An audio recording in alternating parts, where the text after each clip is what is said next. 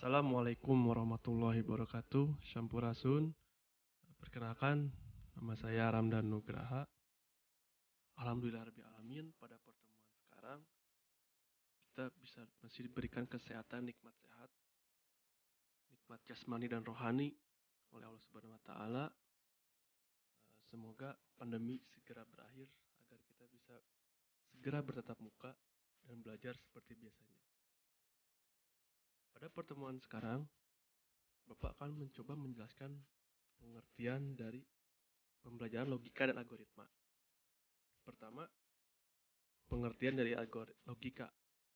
Logika berasal dari kata logos yang bermakna hasil nalar yang diutarakan dalam kata dan dinyatakan dalam bahasa. Logika merupakan salah satu cabang ilmu filsafat. Cabang filsafat yang lain adalah epistemologi, etika, dan estetika. Nah, setiap orang pasti mempunyai logika. Misalkan contoh, kita berpikir, kalau dia KM-nya, kan kita memilih si A sebagai KM. Nah, berarti kita benar logika atau opini. Misalkan, pasti kalau dia menjadi KM, kelas kita akan maju. Nah, itu adalah logika. Karena kita benalar bebas. Tapi itu bisa 100% benar ataupun bisa juga salah. Nah, terus di sini cabang filsafat atau ilmu ya. Yang lain adalah epistemologi. Epistemologi itu lebih ke realistis, real, nyata, lebih kenyataan, etika, sopan santun, dan estetika, keindahan. Lanjut, definisi logika. Logika identik dengan masuk akal dan penalaran. Kan disebutkan. Terus dua, definisi logika. Definisi logika sangat sederhana, yaitu ilmu yang memberikan prinsip-prinsip yang harus diikuti agar dapat berpikir valid menurut aturan yang berlaku. Terus pelajaran logika menimbulkan kesadaran untuk menggunakan prinsip-prinsip untuk berpikir secara sistematis. Lanjut, manfaat mempelajari logika. Beberapa manfaat yang akan didapatkan setelah mempelajari logika antara lain sebagai berikut. A. Menjaga supaya kita selalu berpikir benar menggunakan asas-asas sistematis. B. Membuat daya pikir menjadi lebih tajam dan menjadikannya lebih berkembang. C. Membuat setiap orang berpikir cermat, objektif, dan efektif dalam berkomunikasi.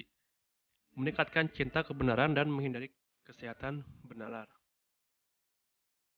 Setiap orang individu yang mempunyai logika tinggi ataupun punya logikanya tinggi, pasti dia bisa public speakingnya dan berbicaranya pasti lancar dan komunikasi mudah dimengerti oleh orang lain.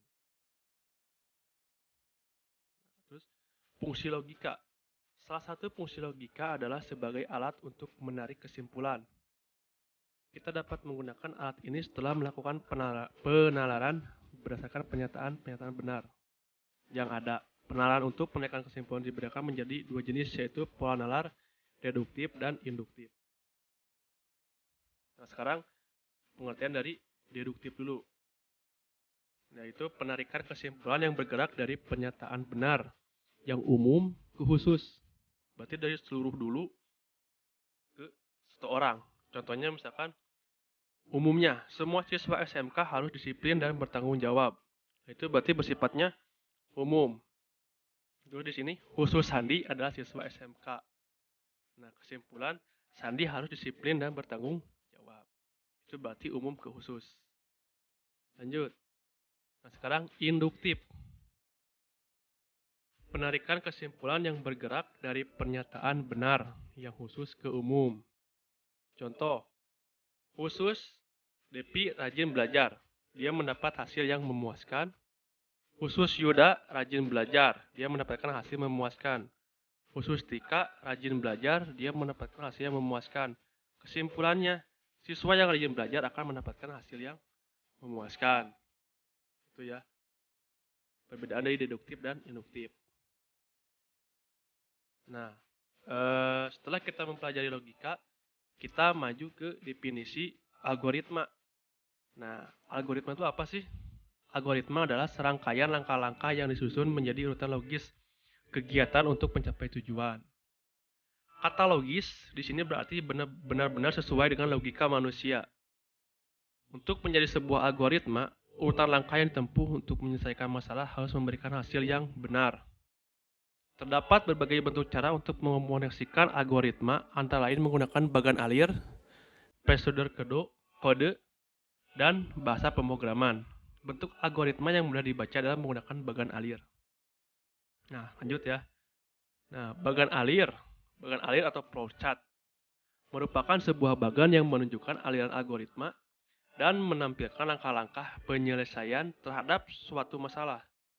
Terdapat berbagai alasan bagi seseorang untuk menggunakan flowchart. Itu satu, dokumentasi proses. Kedua, petunjuk untuk memecahkan masalah. Tiga, pemrograman dan mengomunikasikan hal-hal yang prosedural. Kedua, simbol bagan alir. Bagan alir tersusun dari berbagai simbol yang berbeda untuk mempresentasikan sebuah input atau masukan, proses, maupun output, hasil akhir yang berbeda. Berikut adalah berbagai simbol dan masing-masing kegunaannya. Di sini ada contoh simbol. Yang pertama yaitu flow direction symbol atau gambar panah, yaitu simbol yang digunakan untuk menghubungkan antara simbol yang satu dengan simbol yang lain. Simbol ini disebut juga connecting line, line koneksi. Nah, terus di sini ada simbol untuk keluar, konektor simbol masuk yaitu simbol untuk keluar, masuk atau penyambungnya proses pada lembar atau halaman yang berbeda. Ketiga, konektor simbol yaitu simbol untuk keluar masuk atau penyambungan proses dalam lembar halaman yang sama. Yang ketiga, ini gambar persegi panjang yaitu processing simbol. Nah, simbol yang menunjukkan pengolahan yang dilakukan oleh komputer. Terus belah ketupat di sini ada simbol belah ketupat yaitu simbol decision atau keputusan ya. Decision itu kan keputusan. Nah, simbol pemilihan proses berdasarkan kondisi yang ada. Nah, terus simbol disk and online storage. Simbol yang menyatakan input yang berasal dari disk atau disimpan ke disk. Selanjutnya, simbol display.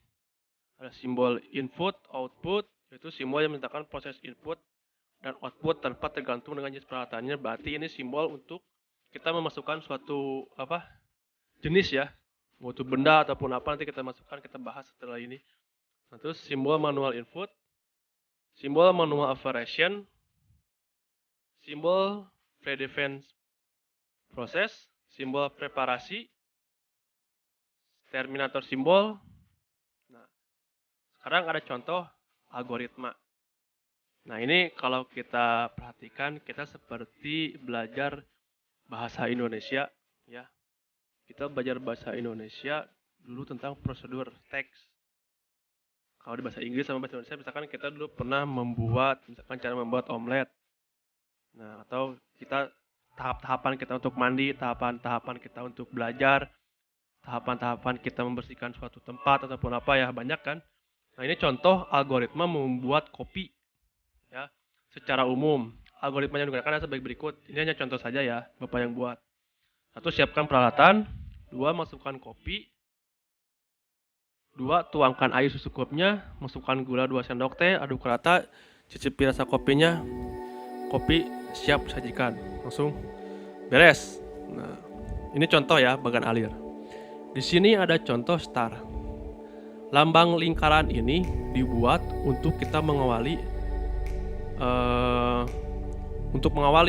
Maka untuk mengawali sama mengakhiri menggunakan simbol lingkaran. Nah, di sini ada yang namanya jajar genjang, ini kalau nggak salah ya, jajar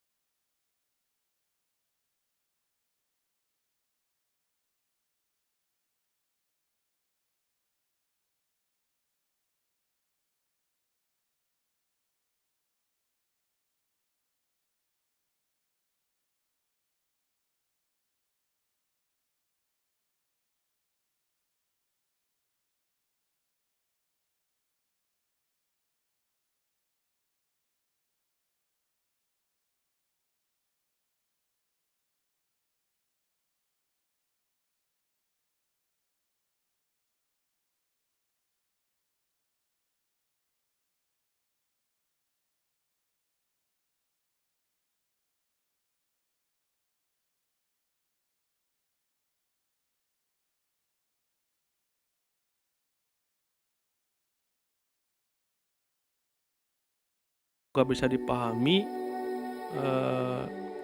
kalau bisa dipahami terlebih dahulu sebelum nanti kita coba tatap muka.